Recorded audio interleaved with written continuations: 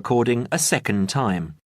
Listen carefully and answer questions 1 to 5. Hi, it's Mike, isn't it? Yes, and you're... Phoebe. Phoebe, right. Where are you headed?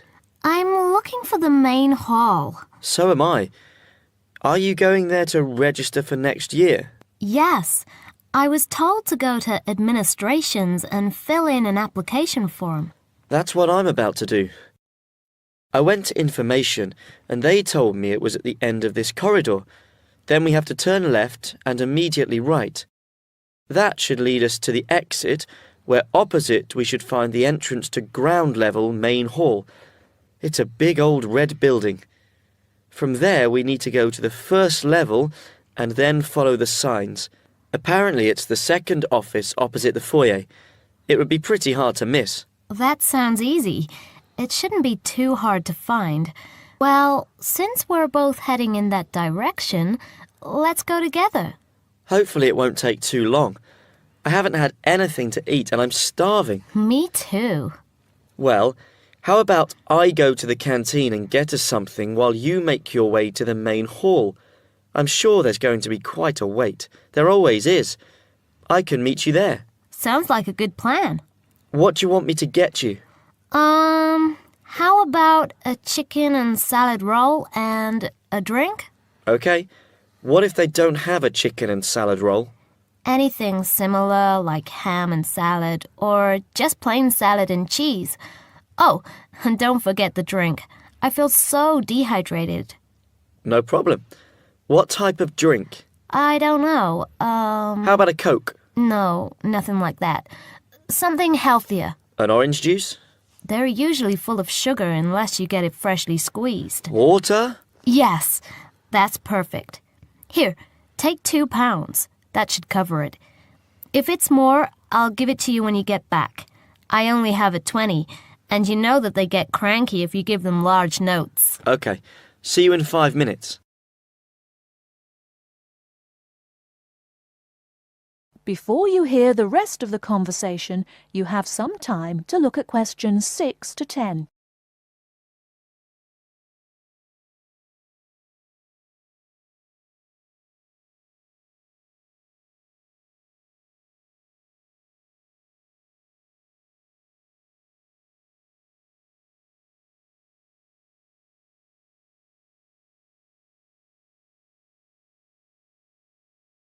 Now listen and answer questions 6 to 10. First year economics? I'll just have to fill out this form for our records. What's your name? Phoebe Payne. Can you spell that for me? Sure. P-H-O-E-B-E-P-A-Y-N-E.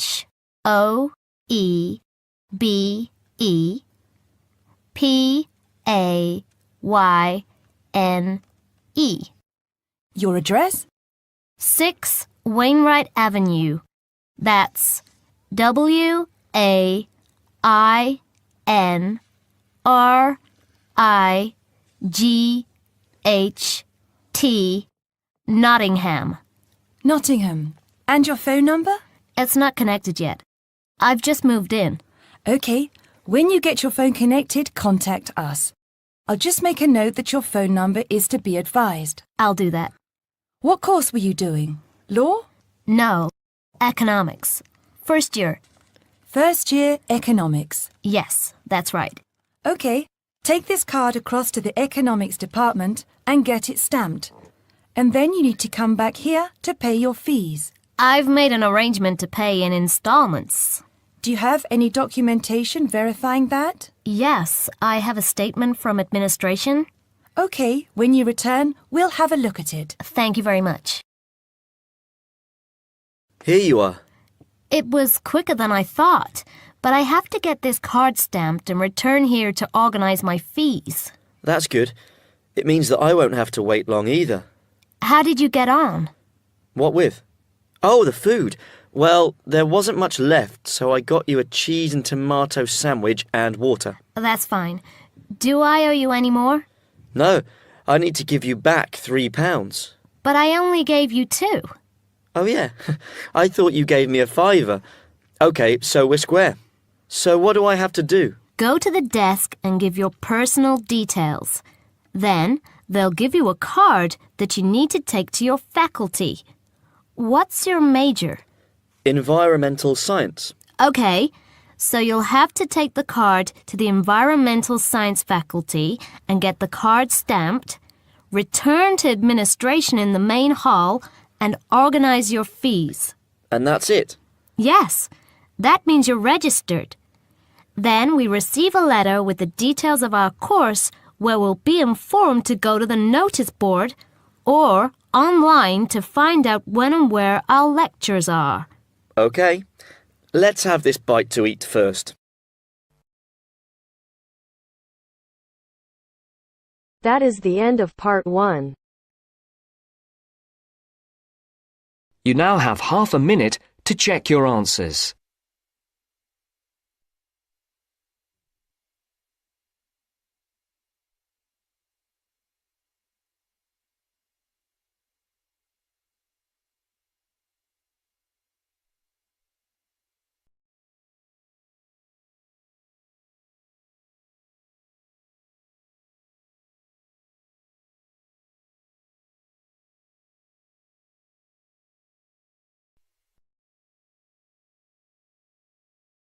Now turns to part 2. Part 2. You will hear part of an interview between Dr. Hilsden, a member of staff on a fashion design course, and a student, Julia, who is applying to do the course. First, look at questions 11 to 13.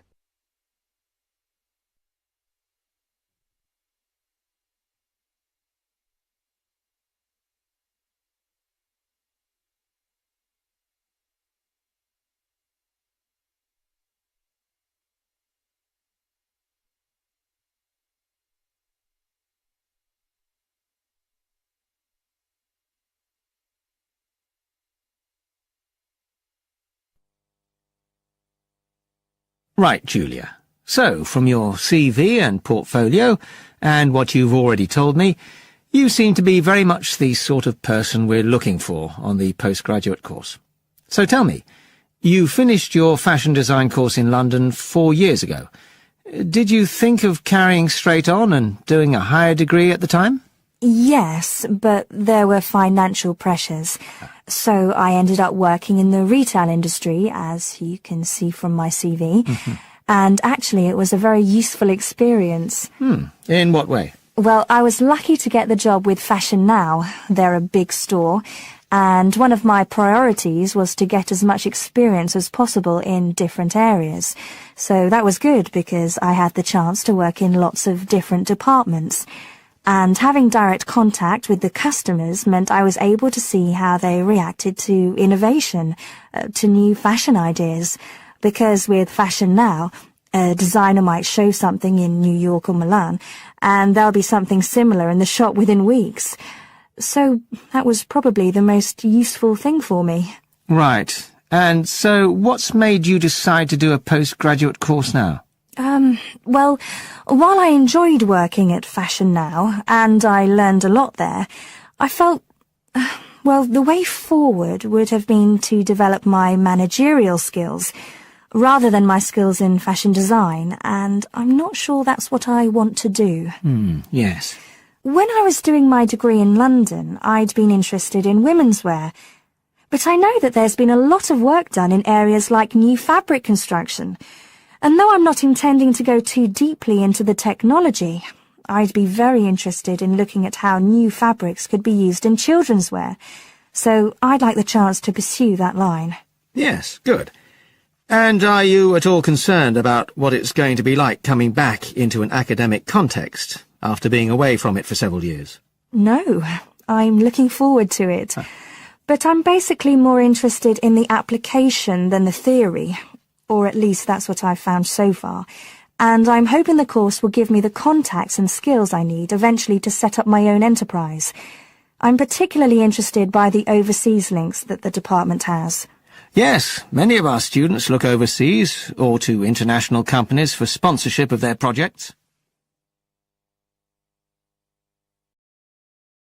Before the talk continues, Look at questions 14 to 20.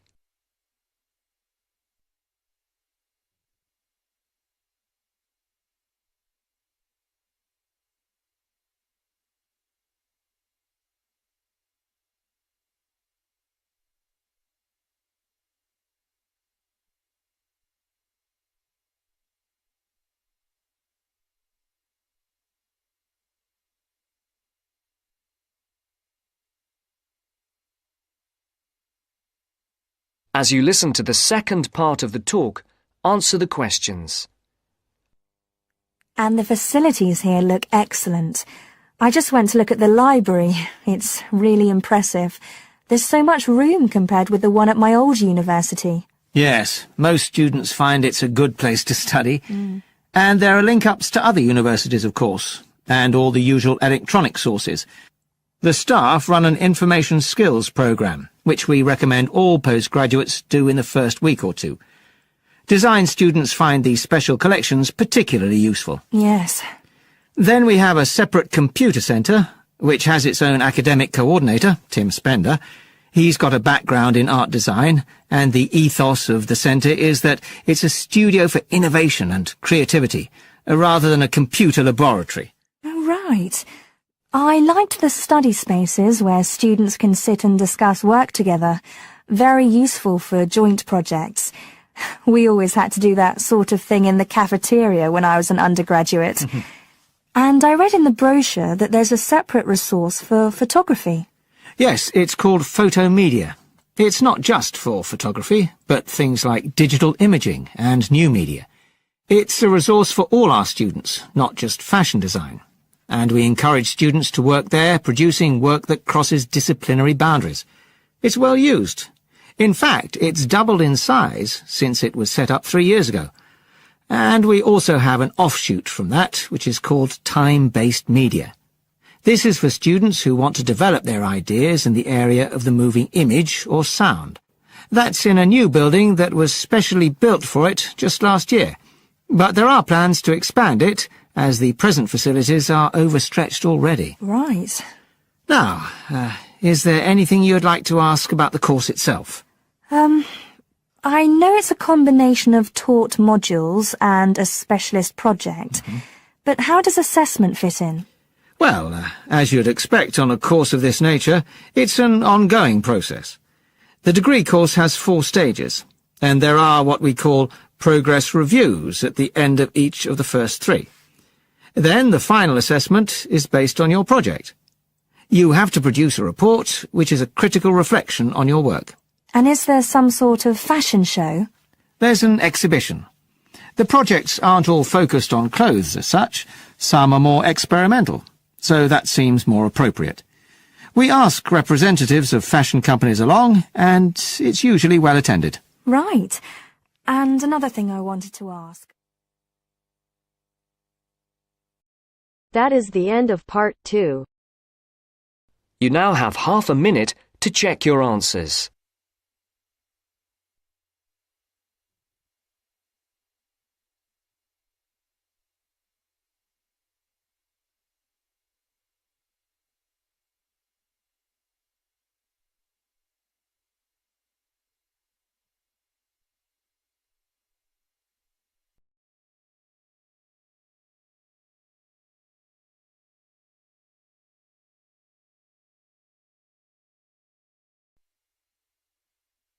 Now turns to part 3. Part 3. You'll hear a discussion between 2 students and their teacher on a planned charity event. First, you have some time to look at questions 21 to 25.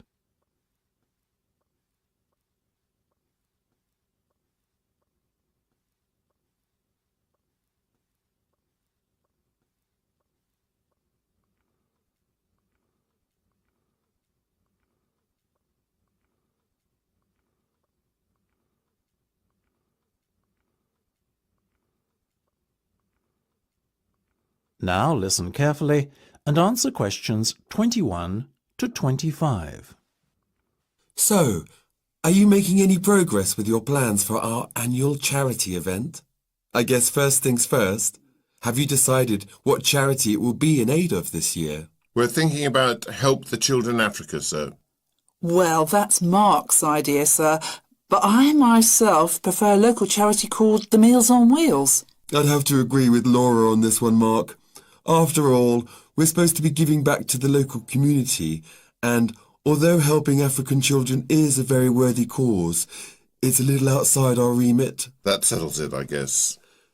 Moving on from the beneficiary question, have you made a decision on what type of event it will be? Yes, we plan on doing something a little different this year. We're calling the event Balloonathon. Basically, we're going to offer balloons for sale to all the students. Balloons? I don't see where you're going with this. Why would they want to buy a balloon? Well, here's the thing. We don't actually give them the balloon. Instead, we'll write their name on it along with the special phone number, and then we'll release all the balloons into the air. When they fall to the ground, if a person finds one and rings a special number, then both he and the student who've bought the balloon will win a gift voucher. That sounds like an excellent idea, guys. Well thought out. This Balloonathon has a real novelty value attached to it, don't you think? Exactly what we said, sir. The only drawback is that the gas you put into the balloons is rather expensive. How much? About £20 per canister, and we'll need about 10. And how many balloons are you planning to blow up? Well, there are over 1,000 students in the school, so if even 1/3 of the students buy one, we'd need about 350 balloons. We've decided to order 500 so we don't run out. The good thing is we can return the canisters of gas if we don't use them, and the balloons aren't expensive, so there's no real risk of us spending a lot of money without getting a good return. You two have really thought this one out. I'm impressed. Before you hear the rest of the discussion, you have some time to look at questions 26 to 30.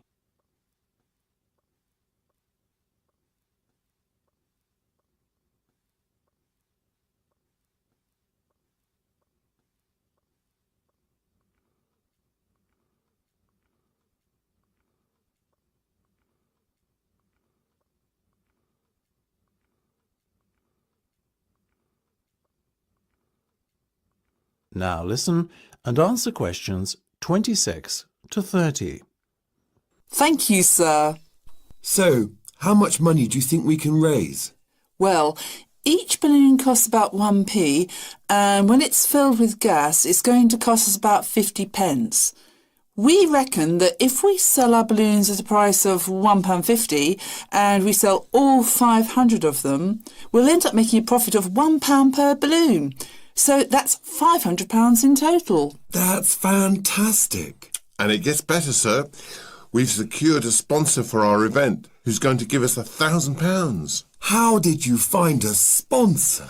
The balloon company we approached about buying the balloons asked us if we'd be interested in letting them sponsor us too. What's in it for them? They're going to print their logo on every balloon. I think you've done a good deal there. Thank you, sir. So, do we have your approval to confirm our order? Absolutely. But you know, I think we can sell more balloons if we set our minds to it. So why not order double the amount? 1,000 instead of 500. We're going to need more than 10 canisters of gas then. Double the amount, presumably. Correct. OK, let's go for it. Let's make this year's charity event our most successful ever. That is the end of part 3. You now have half a minute to check your answers.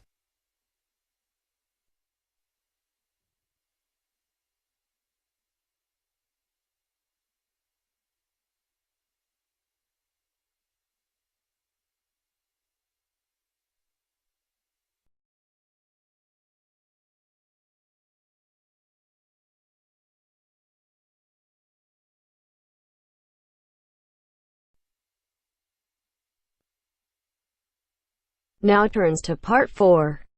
Part 4. You will hear a lecturer in education talking about some experiments done in the USA to investigate the effects of reducing class sizes. First, you have some time to look at questions 31 to 40 on pages 71 and 72.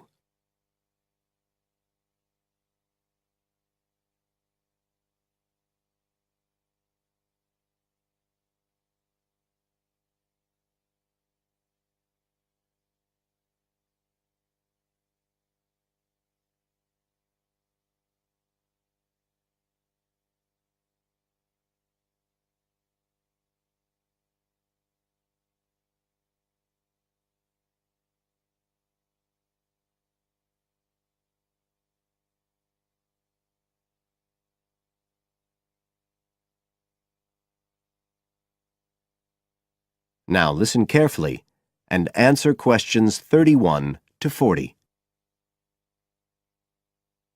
All over the world, there are passionate arguments going on about how educational systems can be improved. And of all the ideas for improving education, few are as simple or attractive as reducing the number of pupils per teacher.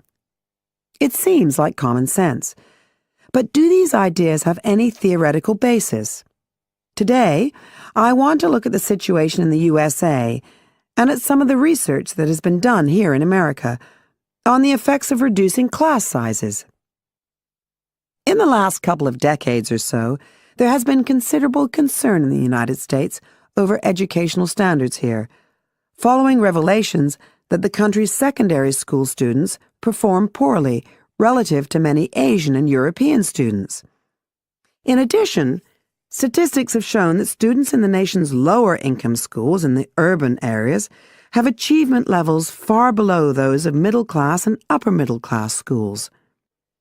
So would reducing class sizes solve these problems? Well, we have to remember that it does have one obvious drawback. It's expensive. It requires more teachers and possibly more classrooms, equipment, and so on. On the other hand, if smaller classes really do work, the eventual economic benefits could be huge. Better education would mean that workers did their jobs more efficiently, saving the country millions of dollars. It would also mean that people were better informed about their health, bringing savings in things like medical costs and days off sick. So what reliable information do we have about the effects of reducing class sizes? There's plenty of anecdotal evidence about the effect on students' behavior, but what reliable evidence do we have for this?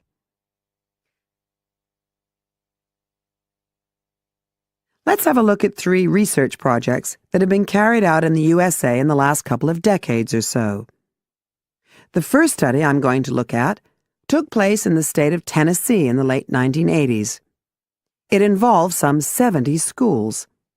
In its first year, about 6,400 students were involved, and by the end of the study, 4 years later, the total number involved had grown to 12,000.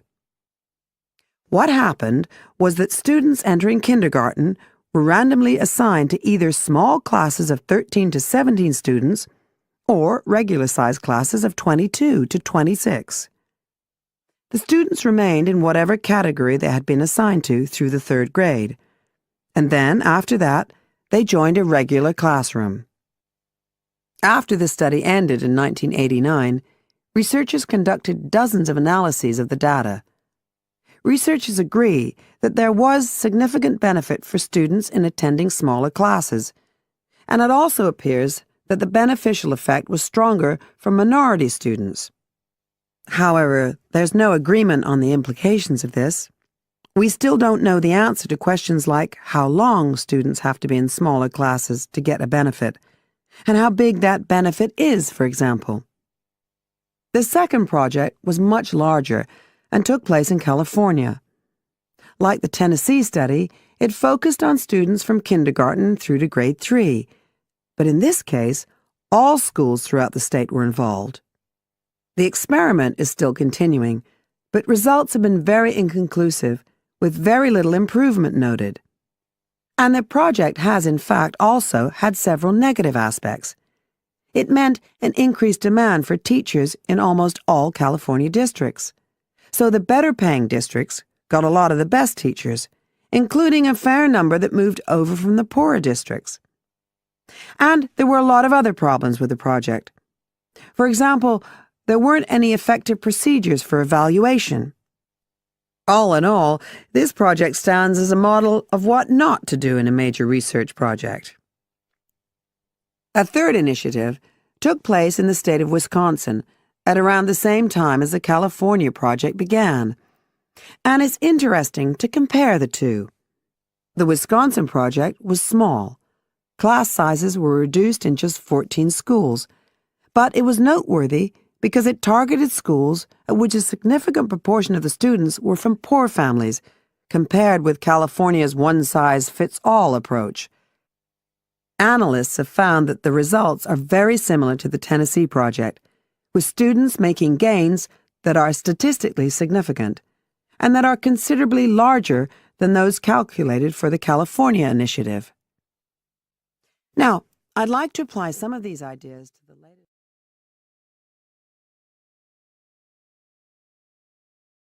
That is the end of part 4. You now have half a minute to check your answers.